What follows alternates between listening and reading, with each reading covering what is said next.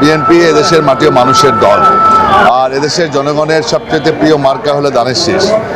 আর এই ধানের শীষ মার্কা নিয়ে আগামী ত্রয়োদশ নির্বাচন 12ই ফেব্রুয়ারি নির্বাচনে আমরা আমাদের এই ঢাকা 17 থেকে আমাদের মাননীয় চেয়ারম্যান বিএনপির আমাদের দেশনায়ক তারেক রহমান সাহেব এখানে দাঁড়াচ্ছেন। উনি এখানে এমপি নির্বাচন করছেন, আপনারা জানেন। আর এই নির্বাচনটা অত্যন্ত গুরুত্বপূর্ণ।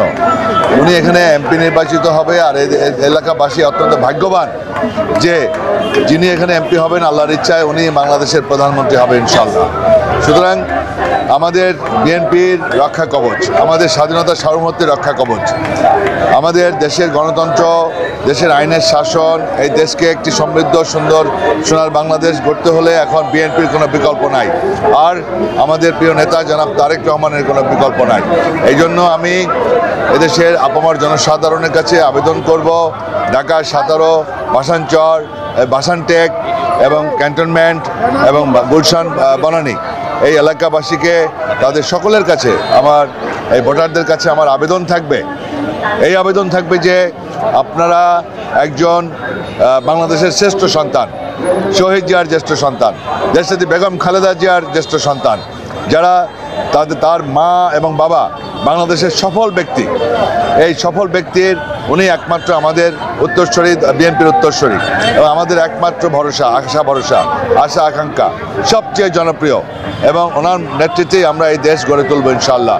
যেমনিভাবে তার পিতা শহীদ জিয়া এই দেশকে গড়ে তুলেছে, এই দেশকে স্বাবলম্বী করেছে, স্বয়ংসম্পূর্ণ করেছে, দেশে চাল রপ্তানি করেছে, আজকে গণতন্ত্র ফিরিয়ে দিয়েছেন, বেগম খালেদা জিয়াও সংসদীয় পদ্ধতি চালু করেছেন, এদেশের নারী সমাজকে উনি অবৈতনিক শিক্ষা চালু করেছেন, এদেশের মুক্তিযোদ্ধা মন্ত্রণালয় থেকে শুরু করে আমাদের গণতন্ত্র সংসদীয় পদ্ধতির সরকার, স্বৈরাচারী সামরিক জান্তার পতন ঘটিয়েছেন।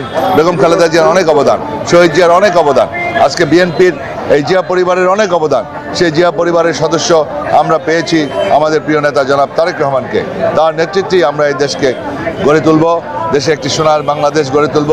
এদেশের জনগণের সামাজিক নিরাপত্তা, মানবিক মূল্যবোধ এবং ন্যায় বিচার, সামাজিক বিচার বিভাগের স্বাধীনতা, গণতন্ত্র, সকল গণতান্ত্রিক প্রতিষ্ঠানগুলো সুপ্রতিষ্ঠিত করব।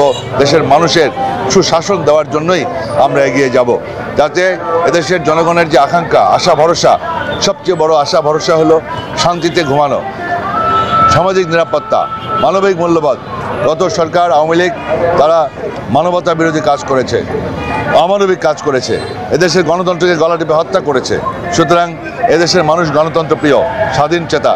আপনারা দেখেছেন গতকালকে আমাদের স্বাধীনতা ইশতেহারে আমার নেতা বলেছেন আমাদের পররাষ্ট্রনীতি হবে এমন যে সকলের সাথে বন্ধুত্বের সম্পর্ক থাকবে, কিন্তু আমাদের কাছে বিএনপির কাছে চেয়ারম্যান সাহেব কালকে বলেছেন যে আমাদের সবচাইতে বড় কাজ দেশের জনগণের স্বার্থ, আমাদের দেশের স্বার্থ সবচাইতে আগে, সবার আগে বাংলাদেশ।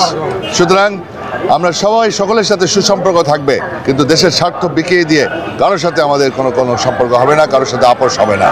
সুতরাং পররাষ্ট্র নীতিও আজকে চমৎকার, এবং দেশের জনগণের স্বাস্থ্যসেবার জন্য স্বাস্থ্যসেবা নিশ্চিত করার কথা বলেছেন, কৃষি কার্ডের কথা বলেছেন, এদেশের মানুষের ফ্যামিলি কার্ডের কথা বলেছেন, বিভিন্নভাবে ফ্যামিলিকে স্বাবলম্বী করার জন্য এবং চিকিৎসা সেবা দেওয়ার জন্য অনেক পরিকল্পনা তার রয়েছে। উনি নিজেই বলেছেন উই হ্যাভ এ প্ল্যান। সুতরাং তার যে পরিকল্পনা আছে কালকে নির্বাচন ইশতেহারে উনি প্রকাশ করেছেন।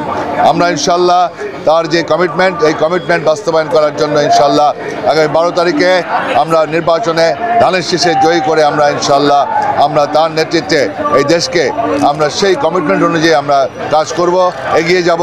এটাই আমাদের জনগণের কাছে প্রতিশ্রুতি।